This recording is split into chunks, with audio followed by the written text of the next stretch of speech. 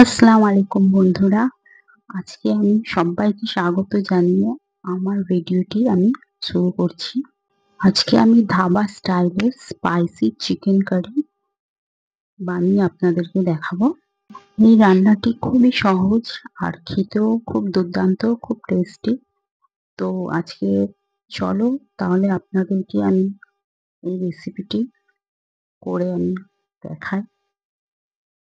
রান্নাটি করার আগে আমরা মাংসটাকে ম্যারিনেট করে দেব। অল্প কিছু মশলা দিয়ে আমরা মাংসটাকে ম্যারিনেট করে নেব। তার জন্য 1 চামচ হলুদ, সামান্য পরিমাণ টক দই, নুন আর আদা রসুনের পেস্ট দিয়ে আমরা ভালো করে চিকেনটাকে মাখিয়ে নেব এবং 30 মিনিটের জন্য মাংসটাকে ঢেকে রেখে দেব। ধাবা স্টাইলের স্পাইসি চিকেন কারির জন্য আমরা স্পেশাল একটা পেস্ট বানিয়ে নেব। তার জন্য একটা টমেটো কুচি, 3-4টে কাঁচা লঙ্কা, একটা বড় মিডিয়াম সাইজের পেঁয়াজ আর কাজু কিছু পরিমাণে, এটাকে আমরা পেস্ট করে নিলাম। এবারে আসল রান্নাটা স্টার্ট। কড়ার মধ্যে আমরা তেল গরম করতে দিয়ে দিচ্ছি। তেলটা গরম হওয়ার পর আমরা এর মধ্যে বড় একটা মিডিয়াম সাইজের পেঁয়াজ,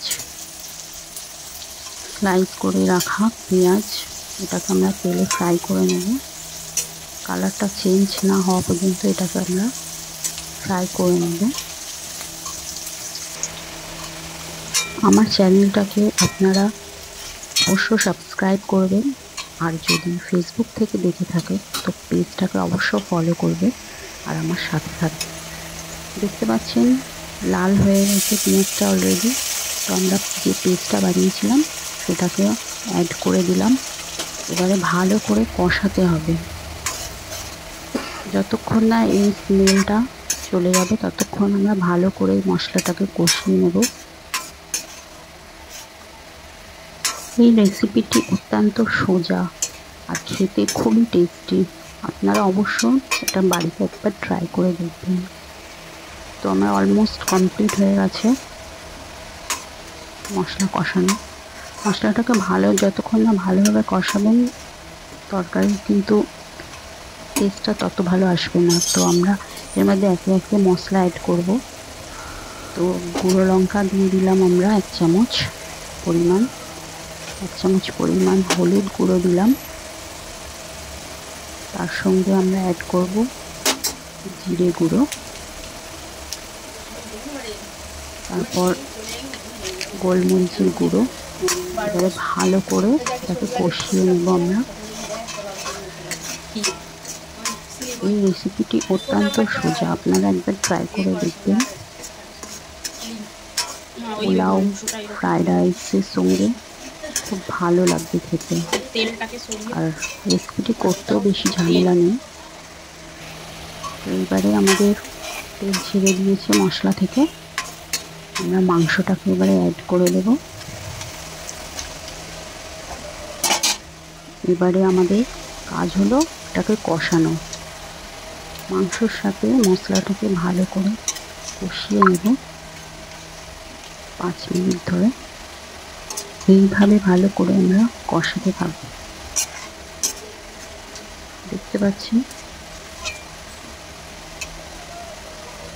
ভালো করে আমরা 5 মিনিট ধরে এটাকে কষিয়ে নিলাম। তারপরেও এর গ্রেভিটা যতক্ষণ না শুকনো হচ্ছে আমরা কষিয়ে নেব। এটা অত্যন্ত সোজা রেসিপি। অনেক ভিন্ন ভিন্ন ধরনের চিকেন রেসিপি আছে, তো এটা অনেকই সোজা আর খেতে ভীষণ টেস্টি।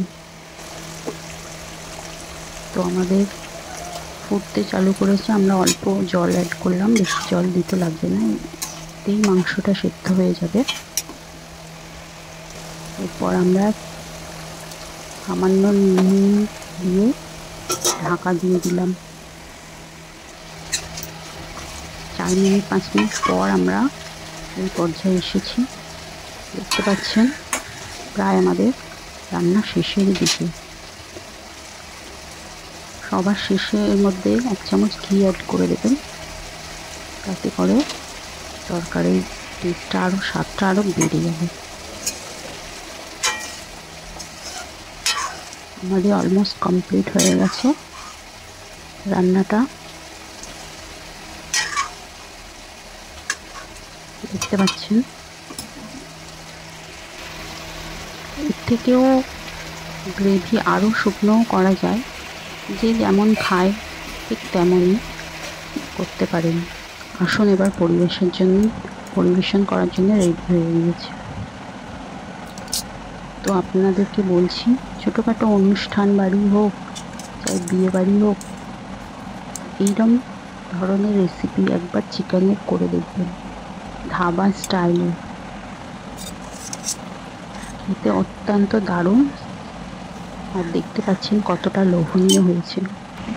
তো আমার ভিডিওটি দেখার জন্য অসংখ্য ধন্যবাদ। আজকের মতো টাটা।